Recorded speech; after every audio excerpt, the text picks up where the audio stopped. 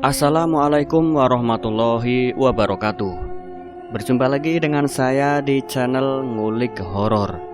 Kali ini saya akan melanjutkan cerita yang berjudul Setahun Menikmati Indahnya Asrama Horor.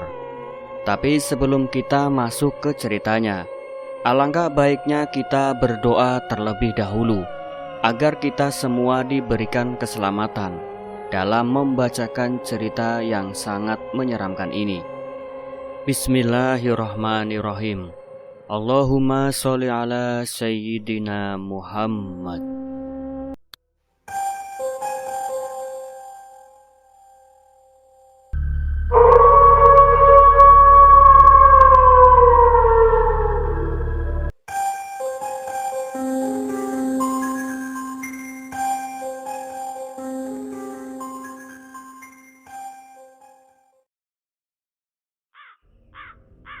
Entah kenapa ketika mendengar kalimat seperti itu, perasaan saya terasa lebih adem daripada mendengar suara nyanyian dan gesekan kaki seperti sebelumnya.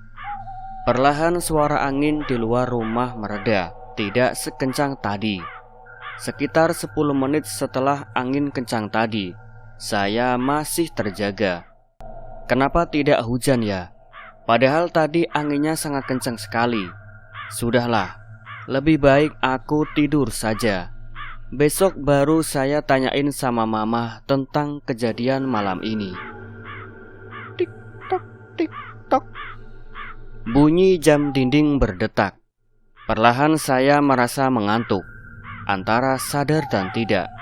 Di telinga saya terdengar kalimat, "Tidurlah, tidurlah anakku sayang. Jangan menangis. Papa di sini." Saya mendengar ada suara ibu-ibu bersenandung, seperti menina-bobokkan anaknya. "Nak, tidur.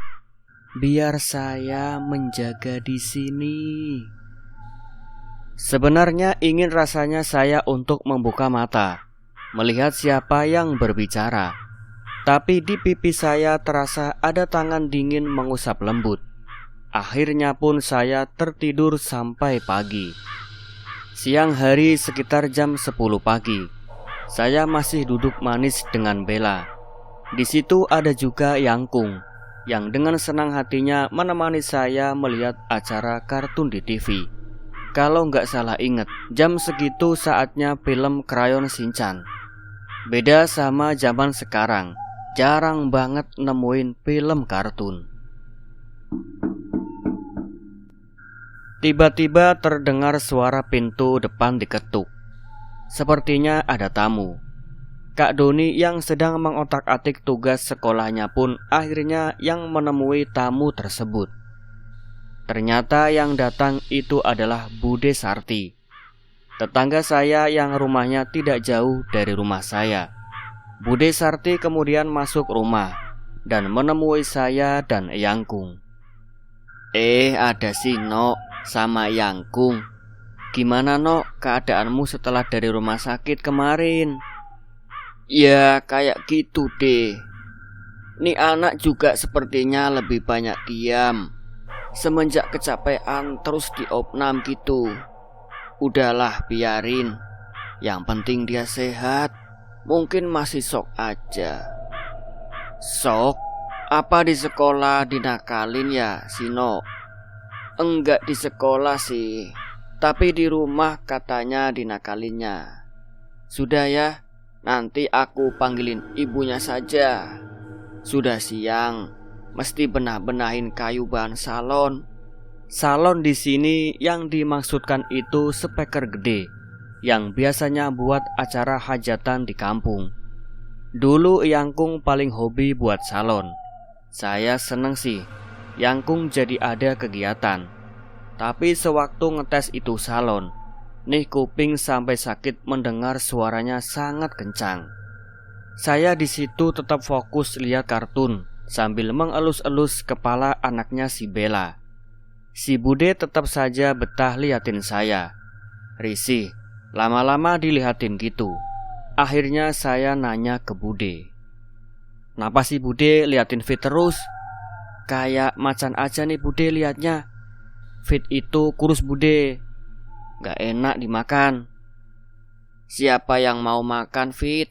Enak aja. Gendut-gendut gini Bude gak doyan sama anak pendiam. Coba kamu cerewet lagi, nanti Bude makan. Hehehe. Tuh kan Bude nakal. Kayak Om Item suka nakalin Fit.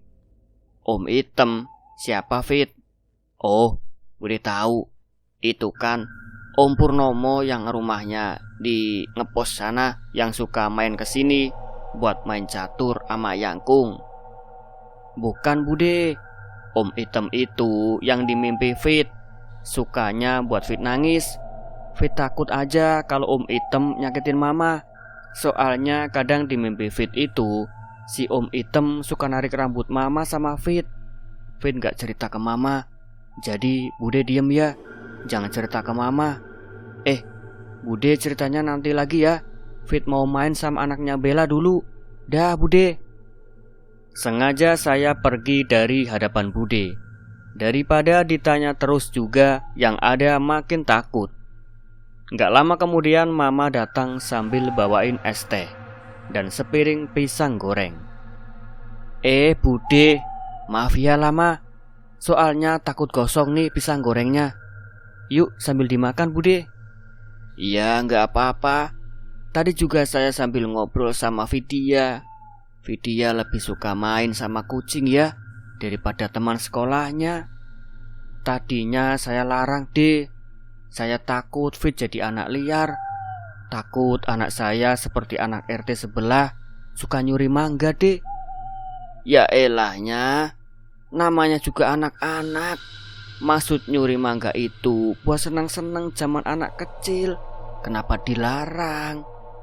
Takut aja Bude, kalau gede nanti jadi koruptor.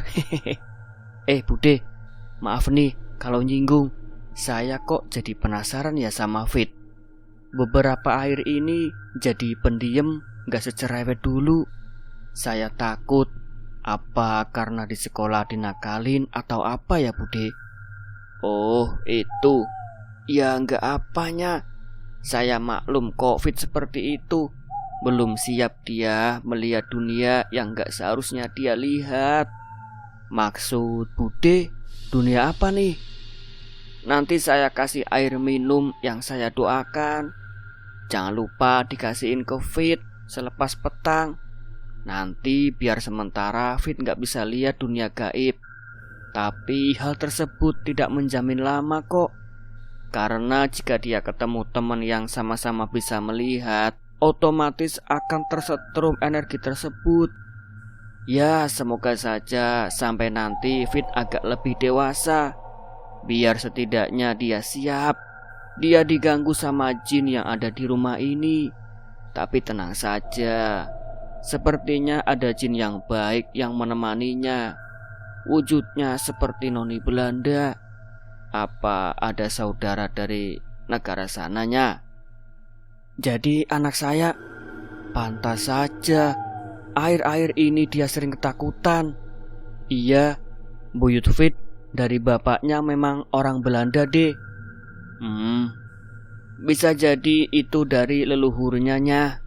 Sudah gak apa-apa, perbanyak zikir saja supaya selalu dapat perlindungan dari Allah. Mudah-mudahan Fit akan aman-aman saja ya Nya. Ya sudah, saya pamit mau lanjut masak buat Pak D. Permisinya. Setelah kepergian Bude, Mama akhirnya datang menemui saya yang lagi bermain dengan anak-anak Bella. Di situ Mama terdiam lama melihat saya. Ada raut kecemasan dari mata Mama. Fit, mainnya udahan yuk. Sini temenin Mama makan siang. Terus bubuk.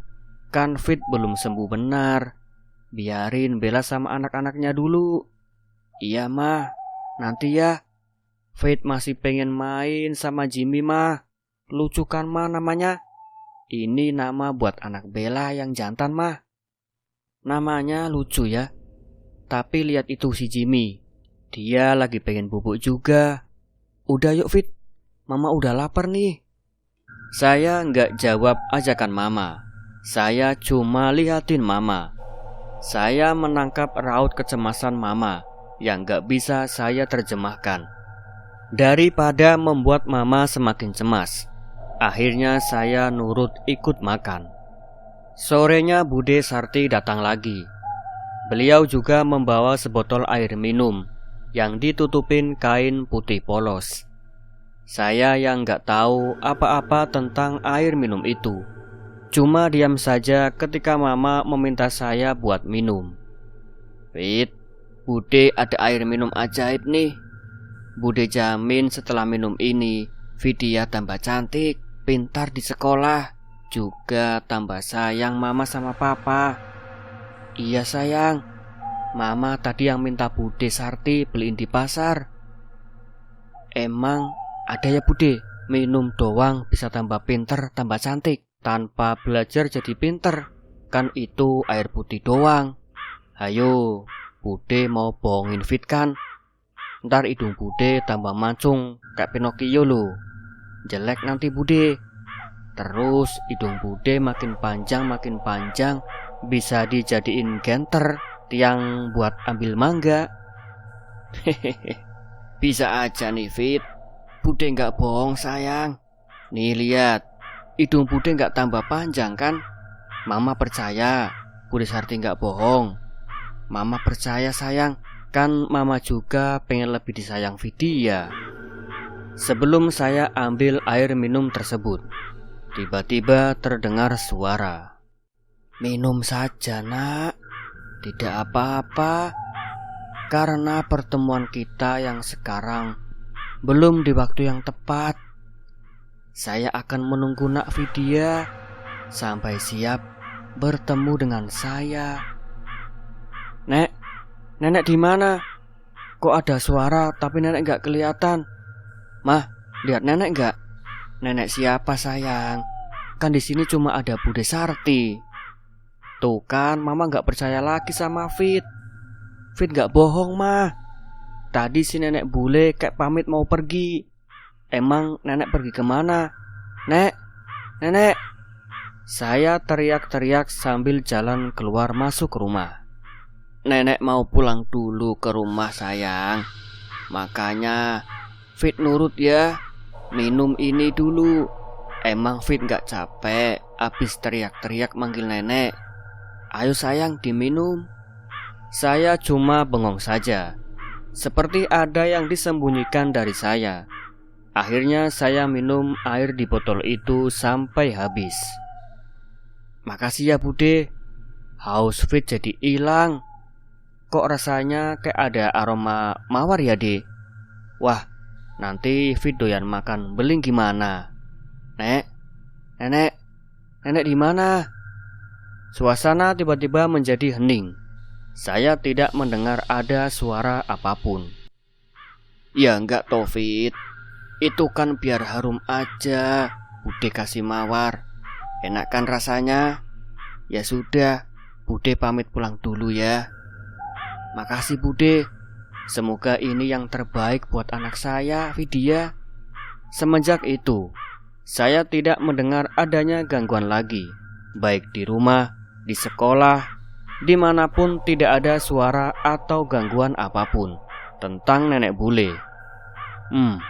Saya lupa kalau di saat itu pernah bertemu dengan beliau sampai suatu saat.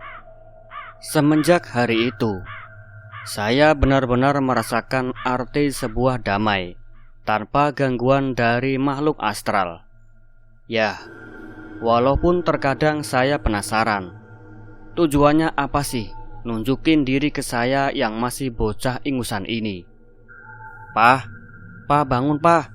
Itu Mama manggil-manggil teriak sambil nangis. Ayo pah cepetan. Posisi itu jam menunjukkan jam 12 malam. Dan Papa baru saja pulang kerja dan ketiduran di depan TV. Mama nangis kenapa? Jam berapa ini? Masih gelap juga bangunin Papa. Papa capek Fit. Itu Mama mau ngelahirin kayaknya Pak. Dari tadi megangin perut sambil istighfar terus. Ayo Pak bangun bentar. Fit gak kuat gendongnya. Hah? Udah mau lahir? Waduh, sisir mana sisir? Parfum mana parfum? Buat apa sisir sama parfum? Tadi papa lihat pertandingan tinju. Ketiduran. Padahal kan belum mandi. Malu kali ntar kalau ketemu Bu Bidan. Keadaan papa masih kucel lapak begini. Gak ganteng lagi papamu ntar. Ya elah papa, buruan sih. Kasihan mama itu, udah nangis kenceng pa. Saat itu juga saya bantu siapin perlengkapan yang mau dibawa ke bidan. Oh iya, sekarang ini saya umurnya 13 tahun. Saya sudah jadi anak SMP dan bisa tembus di salah satu SMP favorit di kota Lumpia. Ya, tepat tengah malam, tanggal 26 April 2004, saya antar mama sama papa ke bidan terdekat. Mama yang minta kalau jangan ke rumah sakit karena sudah gak kuat nahan sakit perutnya. Saya duduk di teras rumah bidan. Kata asisten bidan, mama sudah ditangani sama bidan. Kalau gak salah ingat sudah posisi bukaan 2. Jadi saya gak boleh berada di dekat mama. Mata saya masih nahan ngantuk itu. Papa yang masih siaga terlihat duduk sambil mencet-mencet HP. Napa Fit, liatin papa. Kamu yakin gak minta papa antar pulang? Besok kan sekolah. Papa antar pulang aja yuk. Fit di sini aja deh pa, temenin mama. Gampang mah, mau tidur di mana? Itu di ruang bidan kan ada 2 bed pa. Paling Fit bubuk di sana aja sambil nunggu mama. Kira-kira adik Fit cewek apa cowok ya pa? Apapun jenis kelaminnya, yang papa harapkan satu, mama sama adikmu selamat. Papa gak mau kehilangan orang-orang yang papa cintai. Papa seneng Fit. Akhirnya sebentar lagi kamu punya adik. Semoga gak ngerepotin kayak kamu ya. Hehehe. Ye, biar ngerepotin kan Fit tetap yang tercantik kedua setelah mama. Setelah saya bercanda dengan papa, saya senderan di pundak papa. Perasaan saya senang juga sedih. Senang karena setelah sekian lama pengen punya adik. Akhirnya sebentar lagi saya punya adik kecil, yang artinya saya gak akan merasakan kesepian lagi. Tapi di sisi lain, ada rasa kesedihan juga. Setelah adanya adik, otomatis gelar-gelar anak tunggal akan hilang. Gak bisa manja lagi, dan harus bisa kasih contoh yang baik. Perlahan mata terasa semakin berat. Saya pamit sama papa buat masuk ruang bidan, buat boboan di sana. Seketika itu juga saya tertidur. Tidak beberapa lama saya terbangun. Jam masih menunjukkan jam 4 pagi. Tapi posisi mama masih berjuang di dalam sana. Harapan saya sama seperti papa. Semoga adik lahir dengan selamat dan mama juga. Karena rasa kantuk hilang, akhirnya saya keluar ruangan. Di situ saya masih lihat papa dalam posisi duduk dan tertidur. Kasihan papa, pasti capek banget. Karena pulang kerja bukannya tidur di rumah, tapi tertidur di luar ruangan seperti ini. Saya masuk ruangan lagi, ambil selimut yang saya pakai, dan saya pakaikan ke papa, supaya papa tidak kedinginan. Tapi selang beberapa menit, terdengar suara angin yang sangat kencang. Saya lihat teras rumah Bu Bidan. Angin kencang sampai daun-daun itu berjatuhan. Saya ketakutan karena cuma saya dan papa yang di luar ruangan. Saya mau bangunin papa juga gak tega. Akhirnya saya melongo lihat daun-daun yang berserakan. Anehnya, angin tersebut seolah tidak bisa melewati saya dan papa. Padahal kan saya sama papa di luar. Ada pertanda apa angin ini berhembus kencang? Mau hujan juga sepertinya tidak mungkin, karena cuaca tidak begitu mendung. Angin kencang tersebut masih berhembus hingga kurang lebih 20 menit kemudian. Tiba-tiba terdengar suara bayi.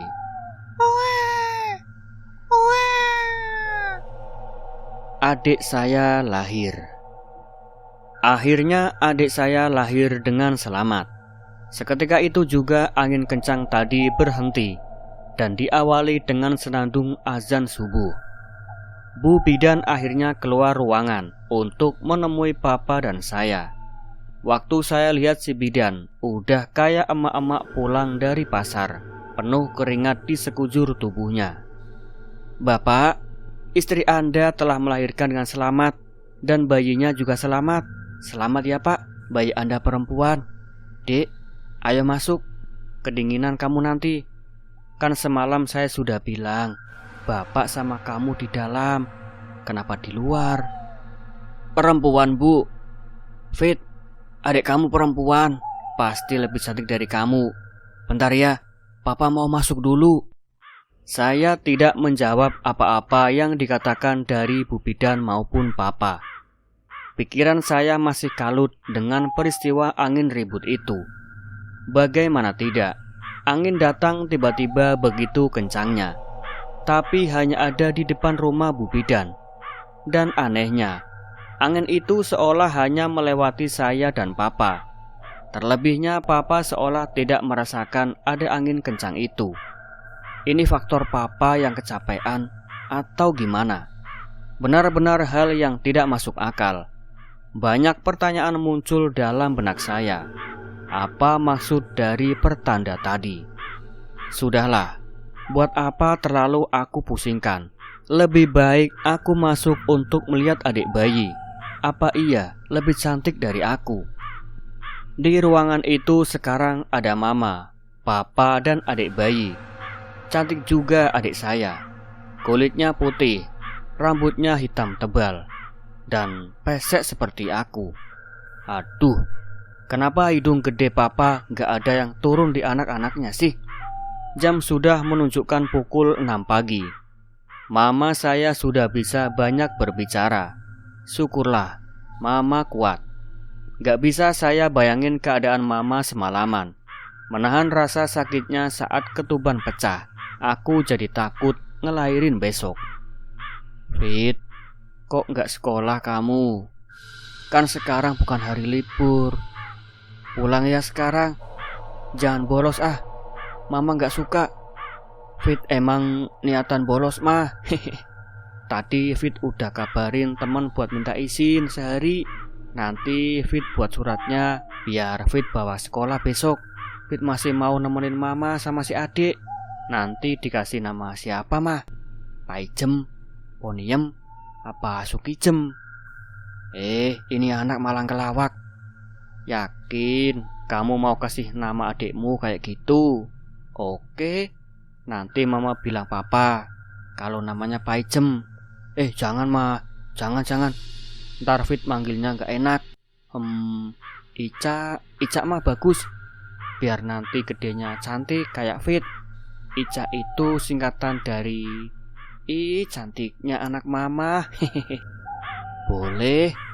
Hai Ica, ini yang kasih namamu si kakak Vidya. Jadi anak pintar ya. Fit, lihat deh, mirip kamu. Putih, manis, mata gede, dan pesek." Mama, hidung pesek juga dari mama ini. Papa kan hidungnya gede. Udah disindir mulu. Fit beliin sarapan dulu ya mah. Dah mama. Dah adik pesek. Aku langsung keluar dari rumah Bu bidan ke warung makan. Karena masih terlalu pagi, banyak warung yang masih tutup. Akhirnya mau tidak mau, terpaksa jalan ke rumah. Selain mandi sama bawain baju buat mama. Sebelum pulang, aku kirim pesan ke mama kalau aku jalan pulang. Untungnya tadi disediain biskuit sama air minum sama papa. Oh iya, papa pulang duluan karena harus berangkat pagi hari ini. Tapi papa janji untuk pulang lebih cepat. Perjalanan dari bidan ke rumah gak jauh sebenarnya. Cuma harus melewati perkebunan yang cukup luas. Mana di situ ada 2 pohon kapuk gede. paling parno sama pohon gede. Untungnya sekarang udah gak malam. Srek, srek, ser, ser. Suara dedaunan di pohon kapuk bergemerisik. Suara di pagi hari memang menyenangkan. Damai tanpa polusi ataupun asap. Sepanjang perjalanan aku tidak bertemu dengan warga sekitar. Mungkin memang sedang mempersiapkan ke sekolah atau tempat kerja. Aku ambil HP di kantong, mencari pesan SMS yang aku kirimkan ke teman sekelas. Sepertinya dia belum membuka SMS-nya. Ya sudahlah, masukin aja nih HP. Tap, tap, tap. Aku mendengar ada suara jejak kaki di belakang aku. Syukurlah ada teman jalan dan gak merasa parno lagi dengan pohon itu. Aku gak menaruh curiga sama sekali saat itu dan tetap melanjutkan perjalanan. Ada angin bertiup di belakang tengkuk aku. Aku agak merinding, tapi tetap tidak aku hiraukan dan menarik kupluk jaket ke kepala. Entah kenapa saat itu juga aku merasa penasaran dengan teman perjalanan aku yang tertinggal di belakang. Bukan kenapa, hanya saja sejak dia berjalan kok enggak nyalip. Padahal aku jalannya santai, malah dibilang pelan banget. Terus aku berhenti berjalan. Pelan, aku berbalik badan untuk melihat ke belakang. Tapi, lah, kemana perginya itu orang? Kan ini jalan setapak. Sedari tadi juga kedengaran suara jejak kaki. Saya celingak-celinguk. Kali aja ada jalan tembusan di antara pepohonan di kebun. Tapi sudahlah, mungkin memang dia mau ke kebun. Lebih baik aku lanjutkan perjalanan ke rumah. Dek. Tiba-tiba di hadapan saya berdiri bapak-bapak dengan penampilan pakai kaos dan celana lusuh dengan muka ditutupi caping dan tangan kirinya membawa sabit. Aku juga melihat ada bekas noda darah di bagian lehernya. Mau apa Anda? Siapa Anda? Setan ya? Ini pagi, nggak malam, ngapain gentayangan? Tolong pergi, kataku terbata-bata sambil jalan mundur. Orang itu terus saja jalan mendekatiku. Dekat dan semakin dekat. Kemudian orang itu berkata, "Nak, cepatlah pulang. Tak baik berlama-lama di tempat ini.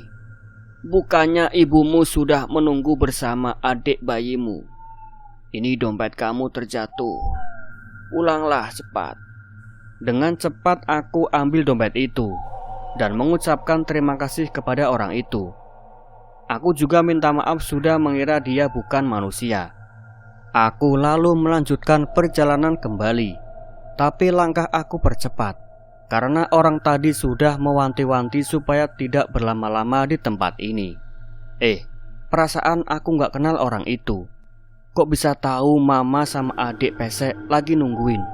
Bentar, sebelum pergi juga tadi sempat kucium aroma anyir, daging hangus. Jangan-jangan orang tadi. Aku langsung berbalik ke arah orang tadi.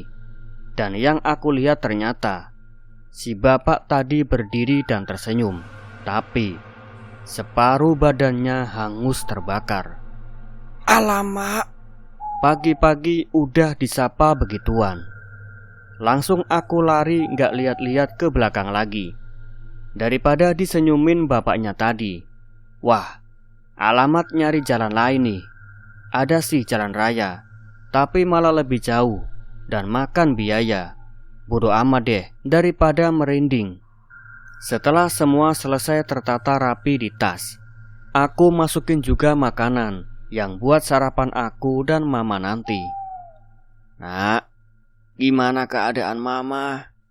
Adikmu perempuan apa laki-laki? Ada Yangkung. Fit kira Yangkung mau ke Om Anjas main catur. Mama alhamdulillah sehat Yang. Adik juga. Adik Fit perempuan Yang, gemuk banget, juga pesek. Walah, perempuan lagi ya? Bagus deh, biar rame rumah ini. Ya bentar lagi mau berangkat. Nunggu teh anget buatanmu, Fit. Biasanya jam segini Yangkung udah duduk manis sambil minum teh. Ini malah gak ada. Buatin Eyang teh dong, Fit. Lah, kamu bolos sekolah lagi nih. Iya Eyang, bentar ya. Bentar Fit buatin. Fit udah izin gak sekolah kok Yang. Saya jalan ke dapur dan segera membuatkan Eyangkung segelas teh hangat. Sebenarnya kejadian tadi pagi dan malamnya masih terbayang-bayang di kepalaku. Seolah kejadian sewaktu aku masih kecil mesti terjadi lagi. Padahal seingatku setelah minum air pemberian Bude Sarti, aku benar-benar merasa damai tanpa gangguan mereka. Aneh. Mungkin setelah ini Nak Vidya bisa mendengar saya, melihat saya, bahkan bertemu saya. Tapi saya tidak akan terus-meneruskan menunjukkan diri saya. Karena pertemuan ini bukan karena Nak Vidya siap seutuhnya, melainkan karena unsur ketidaksengajaan. Hah? Siapa itu yang ngomong? Aku celingak-celinguk ke kanan dan ke kiri dan ke atas. Tidak ada siapa-siapa. Terus, tadi suara siapa? Benar-benar tidak habis pikir. Pagi ini cukup banyak sekali kejutan. Apakah nenek bule sudah datang lagi? Apa tujuan dia mendatangiku? Sudahlah, lebih baik aku berangkat saja, karena sudah siang. Yang, ini tehnya diminum keburu dingin. Fit mau ke bidan lagi antar baju buat mama. Yangkung ikut. Mau lihat adikmu juga. Bentar-bentar, Yangkung habisin dulu tehnya. Sana siapin 2 helm. Nanti lewat jalan raya saja, jangan belusukan. Yangkung lagi pengen ngebut. Di keluargaku semua keturunan Yangkung dari pihak mama, baik Pak D, Bude, Tante, Om, sampai sepupu. Kalau naik motor belum kecepatan di atas 80 km per jam, masih dibilang lelet. Jadi bisa dibilang Yangkung aku termasuk kakek pembalap. Pernah aku diceritain sama Om semasa Om muda dulu. Yangkung posisi dari arah Cangkilan menuju Ngalian, disalip sama motor. Si Om heran, harusnya gang rumah Yangkung sudah terlewat jauh di belakang. Terus Om nanya sama Yangkung, "Ini mau kemana Kang? Gang rumah sudah terlewat." Jawab Yangkung singkat saja, "Bapak gak suka ada yang nyalip. Pokoknya yang nyalip bapak harus bapak salip balik, baru bapak puas." Benar-benar kakek pembalap. Kalau lewat jalan raya muternya jauh Yang.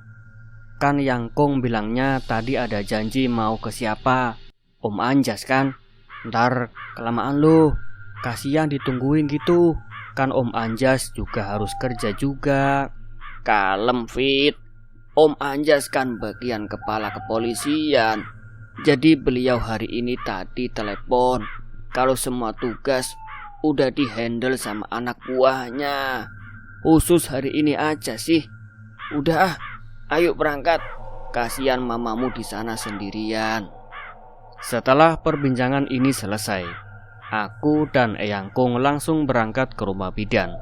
Tapi sebelum aku berangkat, aku lupa ambil charger HP. Jadi terpaksa aku balik kamar lagi. Oh iya, saat ini aku pindah ke kamar 2 setelah Kak Doni lulus sekolah.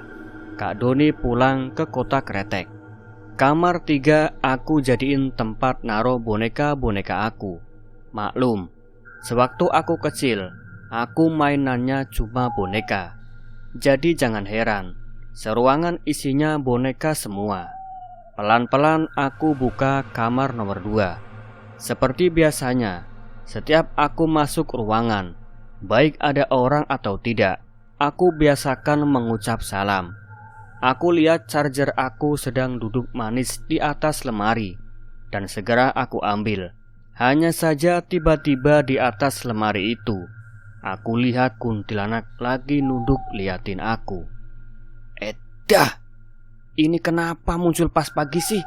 Udah keburu-buru pula kali, batinku. Tapi mataku memancarkan rasa kekagetan yang terkaget-kaget. Keburu-buru ya, pelan aja. Kampret tuh, ini malah ngajakin bercanda. Yangkung, ada setan yang. Kakekku yang kaget dengar suaraku langsung masuk ke rumah. Lihat aku yang jatuh terduduk gitu, langsung ditanyain macam-macam. Kenapa kamu duduk di lantai? Kenapa teriak-teriak? Mana kecoa? Mana tikus? Sini Yangkung yang pukul. Bukan tikus apa kecoa yang. Ini di atas lemari ada mbak-mbak lagi nongkrong. Suruh pergi ih. Kaget kan Fit? Mbak apa toh? Orang itu boneka beruangmu gitu. Kebanyakan lihat film serem sih. Udah bercandanya. Kasian, mamamu kelamaan nunggu. Terus aku lihat itu lemari. Kemana sih mbaknya ya? Kok jadi boneka? Mungkin iya, karena kebanyakan lihat film serem. Akhirnya aku dan Yangkung sampai juga di rumah bidan. Mama di sana lagi baca-baca majalah. Yangkung datang nak sama kakak. Ayo bangun sayang, ketemu sama eyangnya. Fit, kenapa kamu pucat? Bukannya kamu sudah makan di rumah tadi? Lama banget gitu sampai sininya. Tadi si Fit bilang lihat ada mbak lagi nongkrong di atas lemari. Ngawur aja ngomongnya. Orang boneka dibilang mbak-mbak. Enggak dek mah. Orang Yangkung itu bawa motor ngebut banget. Masa sampai 90 kilo per jam? Coba, sampai pegangan tangan Fit mau lepas. Ini yang bener yang mana nih? Ada mbak apa Yangkung ngebut? Udah. Iya tadi aku ngebut, memang bawa motornya. Kayak nggak hafal bapakmu aja nak. Lah, kok cucuku tidur? Suruh bangun itu. Nggak sopan. Ada kakeknya ditinggal tidur. Mau jadi apa gedenya kalau kecil aja nggak sopan. Namanya juga bayi baru jebrol yang. Banyak tidurnya dong yang. Gimana sih? Ada-ada saja eyangmu ini Fit. Syukurlah, Mama sepertinya tidak curiga tentang kejadian tadi. Sebenarnya Vidya mau cerita mah, tapi nanti saja, setelah keadaan sedikit lebih nyaman. Di sisi lain, beberapa bulan setelah kepulangan Mama dari rumah Bu Bidan, membuat hari-hariku kembali suram. Bukan karena aku tersaingi dengan keberadaan Ica, tapi entah kenapa semenjak aku mendengar suara asing di kamar aku, selalu saja aku merasa ada yang mengawasi. Pernah suatu ketika mandi, aku melihat ada ular hitam panjang. Mungkinkah itu Mbah Tam? Ular tersebut jenis ular piton, sedang merayap di bagian langit-langit kamar mandi. Awalnya aku enggak ngeh, tapi ketika menoleh ke cermin, di situ tampak jelas kepala si ular. Aku cuma terdiam dan menatap cermin. Mungkin si ular kerasa karena aku ngelihatnya. Akhirnya si ular menatapku dan terdengar suara. Ini dulu wilayah saya nak. Sejak dulu sampai sekarang gak perlu pakai izin, karena ini tetap wilayah kekuasaan saya. Jantungku serasa mau copot mendengar suara itu yang ternyata dari sosok si ular. Pengennya juga teriak, tapi takut Mama panik, terus datangi aku sambil bawa si Ica. Tapi ternyata Mama salah gendong guling saking paniknya. Akhirnya aku menjawab, "Iya, permisi, siapapun Anda. Saya di sini tidak ada tujuan mengganggu. Saya hanya menumpang hidup dengan orang tua saya. Tapi justru menurut saya Andalah yang ganggu. Jelas-jelas saya lagi mandi, Anda nongol. Untung udah selesai. Jangan-jangan Anda ngintip ya?" Kalau ditanya takut, Jelas aku takut. Orang datang gak permisi. Tapi gimana lagi? Karena sepahamku, jika kita merasa takut, maka energi si jin akan tumbuh besar. Si ular tadi cuma terdiam dan kemudian menghilang dengan suara lengkingan tawanya yang aduhai membuat bulu ketek berdiri tegak. Pernah juga aku coba iseng pindah tidur di kamar Yangkung. Saat itu Yangkung lagi di rumah Bude Nani, kakaknya Mama. Katanya pengen menginap di sana. Ya, anggaplah ini kesalahanku karena enggak izin dulu sama Yangkung buat menginap di kamarnya. Alhasil ketika tidur di kamar beliau, aku merasa tidak nyaman. Padahal kamar Yangkung itu sangat luas, komplit isi kamar. Ada kipas angin juga yang ukurannya juga besar, dan juga banyak cemilan di atas meja kerja Yangkung. Jadi, ketika aku coba tidur di kasur Yangkung, selimut aku berasa berat buat ditarik ke muka. Bukannya bisa ketarik ke muka, tapi malah ketarik ke kaki. Ya sudah, aku akhirnya tidur tanpa selimut. Setelah sadar, aku melihat sosok wujud nenek-nenek bongkok di ujung kasur Yangkung, sedang menenun kain. Aku tadinya mikir, ini nenek siapa? Masa iya almarhum nenek istrinya Yangkung? Orang nenek gak bongkok. Lama aku pandangi itu nenek, hingga akhirnya nenek itu menoleh. Karena aku berteriak di tengah malam, Papa yang baru pulang kerja langsung masuk. Loh, kamu kenapa tidur di kamar Yangkung? Udah bilang Yangkung kalau kamu tidur di sini. Kenapa Fit teriak malam-malam begini? Maaf Pak, tadi ada cicak jatuh. Fit kaget makanya teriak. Terus ngapain kamu di sini? Pindah sana ke kamarmu sendiri. Ntar Ica kebangun kalau kamu teriak. Iya Pak, ya Fit pindah. Fit cuma pengen pinjam kipas angin Yangkung aja. Sengaja aku tidak bilang sejujurnya sama Papa. Takut Papa kepikiran aneh-aneh lagi waktu itu. Ada lagi kejadian aneh yang lagi-lagi datang tanpa aku inginkan. Seperti waktu itu aku lagi nemeni Ica main boneka di kamar. Karena aku gemes lihat mata beloknya dia, aku fotoin dia. Yap, foto Ica pas lagi natap aku dengan mata belok dan hidung peseknya. Tapi tunggu, ini di belakang Ica seperti ada orang lain. Padahal saat itu aku sama Ica di kamar berdua, dan aku kunciin kamar itu. Ica, ini di belakang Ica seperti ada tante-tante ya. Tapi kok dressnya kelihatan jadul.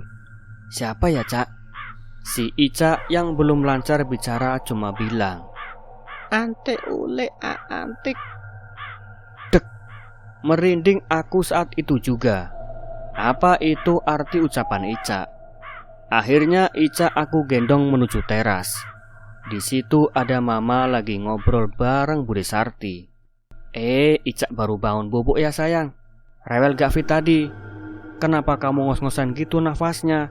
Kan Ica gak berat-berat amat badannya. Enggak apa-apa mah. Fit rada serem aja mah di kamar. Hawanya merinding gimana gitu mah. Lagian si Ica juga kan butuh udara segar. Mama sama Bude saling menatap mata. Ica, Bude pengen mangku sini sayang sama Bude. Ica cantik ya, matanya besar kayak Kak Fit waktu kecil. Kopiannya Vidya itu Bude. Yang enggak cuma badannya, si Fit enggak segemuk ini waktu kecil, agak kurusan. Dan matanya mereka sama pekanyanya. Ingat apa yang saya katakan sewaktu saya beri air minum. Oh, air minum yang Bude bilang bisa makin cantik itu kan? Masih ada kan Dek? Mau lagi dong airnya Dek. Fit enggak mau nih kesaingin cantiknya Ica. Mama diam saja, tidak menanggapi omongan Bude. Sepertinya Mama sedang mengingat sesuatu, atau justru merasa bingung melihat kedua anaknya yang tidak seperti anak lainnya. Gak usah khawatirnya, mungkin ini memang pemberian yang kuasa. Cuma yang saya lihat, Karakter Vidya terbilang lebih kuat, tapi juga rentan dari Ica. Ica sayang, tadi sama kakak di dalam ketemu nenek-nenek bule nggak? Jangan takut ya, beliau nanti akan menemani kakak. Beliau nggak jahat sama Kak Fit. Tapi Ica juga nanti kalau udah gede, kalau kakak ada apa-apa, Mama dibantu ya sayang. Mama memandang Bude dengan tatapan takut. Aku yang saat itu nggak begitu paham juga ikut terdiam. Maksud Bude, Fit bisa lihat yang aneh-aneh gitu. Buat apa Fit dikasih lihat Bude? Gak mau ah, Bude jangan bercanda deh. Tutup aja kemampuan aneh Fit deh.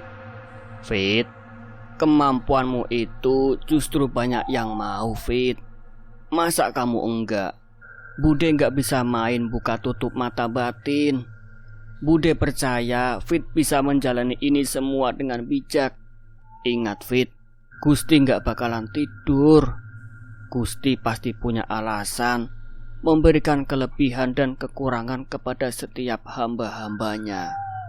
Ya sudah, buat Mama enggak masalah. Asal kamu bentengi diri dengan doa dan zikir ya sayang. Ya, sejujurnya aku juga bingung, apa tujuan dari ini semua? Haruskah aku senang? Atau aku harus marah dengan apa yang aku miliki saat ini? Benar kata Bude, Sang Pencipta pasti punya alasan yang kuat, sehingga menciptakan suatu makhluk yang sempurna, di mana memiliki satu paket kelebihan dan kekurangannya. Sekarang tinggal caraku bagaimana menjalaninya ini dengan sempurna, seperti skenario yang sudah dituliskan olehnya. Nah, seperti apakah kelanjutan cerita ini? Nantikan kelanjutannya hanya di Ngulik Horor. Sekian, wassalamualaikum warahmatullahi wabarakatuh.